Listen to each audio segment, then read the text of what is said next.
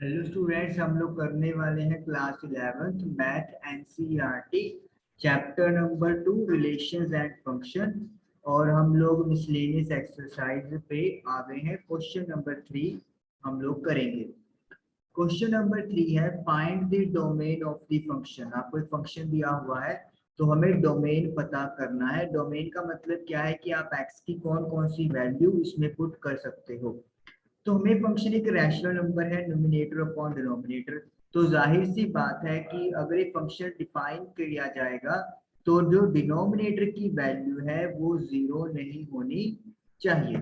तो डिनोमिनेटर का मतलब क्या हो गया कि x square minus 8x plus 12 should not be equal to zero, क्योंकि अगर समथिंग अपॉन जीरो हो जाता है तो वो नॉट डिफाइन में चला जाएगा।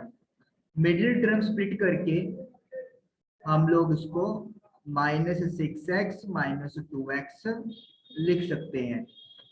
कॉमन लेंगे तो वी विल गेट x-6 और माइनस का 2 कॉमन आकर x-6।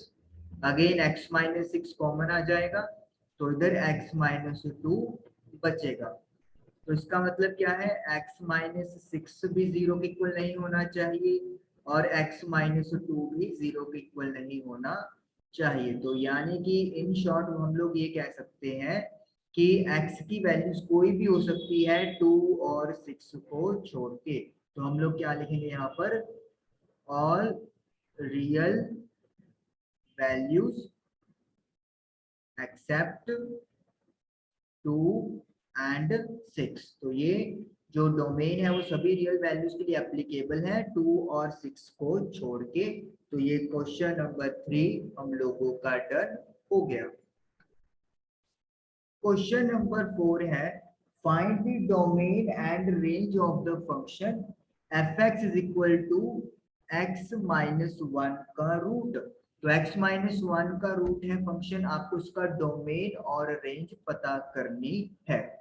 देखिए हमारा जो फंक्शन है वो रूट वाला है। तो रूट का मतलब क्या होता है कि जो अंदर है नंबर रूट के, ये कभी भी नेगेटिव नहीं होना चाहिए, क्योंकि अगर ये ओवरऑल नेगेटिव हो गया तो फिर इसका जो रूट है वो कभी भी एक रियल वैल्यू आपको नहीं मिल सकती, जबकि हमारे पास जो फंक्शन है वो रियल है। तो हमें ये देखना है कि x-1 किस वैल्यू पर जाकर नेगेटिव हो जाएगा। और we can say x-1 should be equal to 0। तो 1 आप लोग तो रूट के अंदर x-1 है, तो x-1 जो है वो 0 से छोटा कब होगा, जब x की वैल्यू 1 को उधर शिफ्ट करेंगे तो 1 हो जाएगी। तो इसका मतलब क्या है, अगर आप वैल्यू x की 1 या 1 से छोटी कुछ भी पुट करोगे तो ये नेगेटिव चला जाएगा और उसमें हमें जो फंक्शन है वो रियल नहीं रहेगा। तो इट मीन्स क्या हो गया, हमें जो डोमेन चूज करना है वो वैल्यू 1 या 1 से बड़ी होनी चाहिए। 1 क्लोज, क्योंकि 1 आप कर सकते हो, 1 में से 1 गया 0 और उसके बाद जो भी वैल्यू आप पुट करोगे रूट में पॉजिटिव वैल्यू बनेगी। तो यानी कि ये आप क्या लिखेंगे, नोट। तो ये भी हो गया नोट कि x की वैल्यू 1 से छोटी नहीं होनी चाहिए। x should not be less than 1। तो लेस देन 1 नहीं है तो इसका मतलब क्या है, 1 या 1 से बड़ा हो सकता है। तो this is the domain of this function कि आप x की वैल्यू 1 या 1 से बड़ी कोई भी चूज कर सकते हो। अब बात करेंगे हम लोग रेंज के लिए।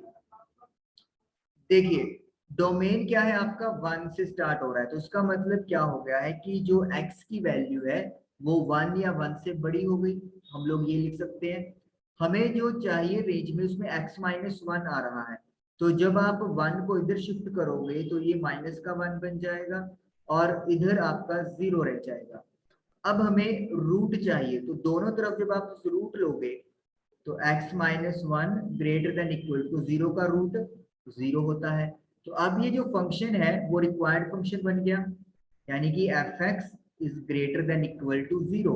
तो इसका मतलब क्या है, जो रेंज है वो 0 से शुरू होगी और 0 से बढ़ी जा सकती है, कहां तक, इन्फिनिटी तक जा सकती है, तो इसका मतलब जो रेंज है वो 0 से इंफिनिटी तक चली गई। अगर आप 1 वैल्यू पुट करते हो तो 1 माइनस 1 क्या हो जाएगा, 0। तो यानी कि हमारा जो रेंज है वो 0 से स्टार्ट होगा और उसके बाद ये इंक्रीज करता जाएगा। तो this is the domain and this is the range, और यही आप लोगों से उन्होंने पूछा हुआ था। आई होप कि आप लोगों को question number 3 and question number 4 clear हुआ होगा। Thank you for watching this video.